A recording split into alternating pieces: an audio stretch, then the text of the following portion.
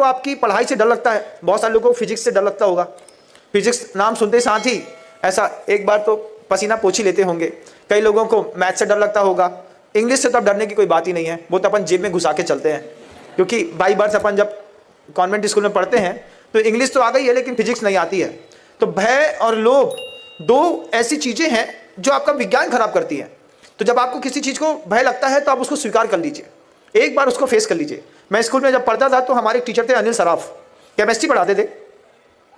हमने उनसे पूछा, सर आप केमिस्ट्री क्यों पढ़ाते हैं और टीचर क्यों बने? उन्होंने बस एक ही चीज़ कही कि जैन, मैं जब भी केमिस्ट्री हाथ में लेता था ये 1200 पढ़ने की किताब मुझे बहुत डराती थी, इतना डराती थी कि इसमें मैं लगातार 3 साल फेल हुआ। फिर मैं कहा सर आप उसी के टीचर बने? फिर बोले मेरे पिताजी ने समझाया, जो तुम्हें डरा रहा है एक बार उसको फेस कर लो, और जैसे फेस करोगे तो फिर उसका डर गायब हो जाएगा। फिर मैंने केमिस्ट्री में इतनी मेहनत करी कि आज मैं केमिस्ट्री का ही टीचर बनकर के लोगों को केमिस्ट्री पढ़ा रहा हूँ। तो जब आपको किसी चीज़ से बहुत ज़्यादा डर लगे, बिल्ली बन करके आंख बंद मत करिए। आंख बंद करने से कुछ नहीं होता है, उसको आंख खोल करके फेस करिए। अपने आप से भी बोलिए और सामने वाले से भी बोलिए। एक बार पूछिए, 2 बार पूछिए, 3 बार पूछिए।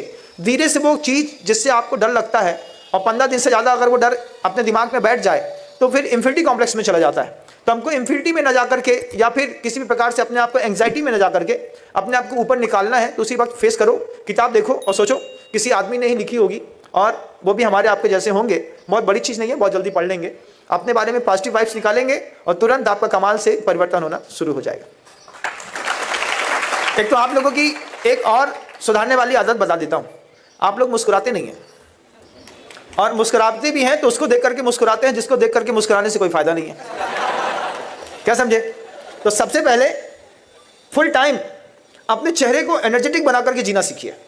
सीखिए कि हमारे चेहरे में हमारा कॉन्फिडेंस दूर से दिखाई देना चाहिए, हमारी बात में, हमारी आवाज़ में, हमारे अंदाज में हमारा कॉन्फिडेंस दिखाई देना चाहिए। ओवर कॉन्फिडेंस भी ना हो और फेक कॉन्फिडेंस भी ना हो, लेकिन हम जितने हैं उतने बारे में हम अपने आप में सॉलिड रहें कि जितना तो मैं जानता हूं इतना तो मैं तुम्हें बहुत आराम से दे सकता हूं, और उतना आप कर सकते हैं। और जितने भी भय की चीज़ें होती है ना बच्चों, वो सब 1-2 प्रश्न को लेकर के होती हैं।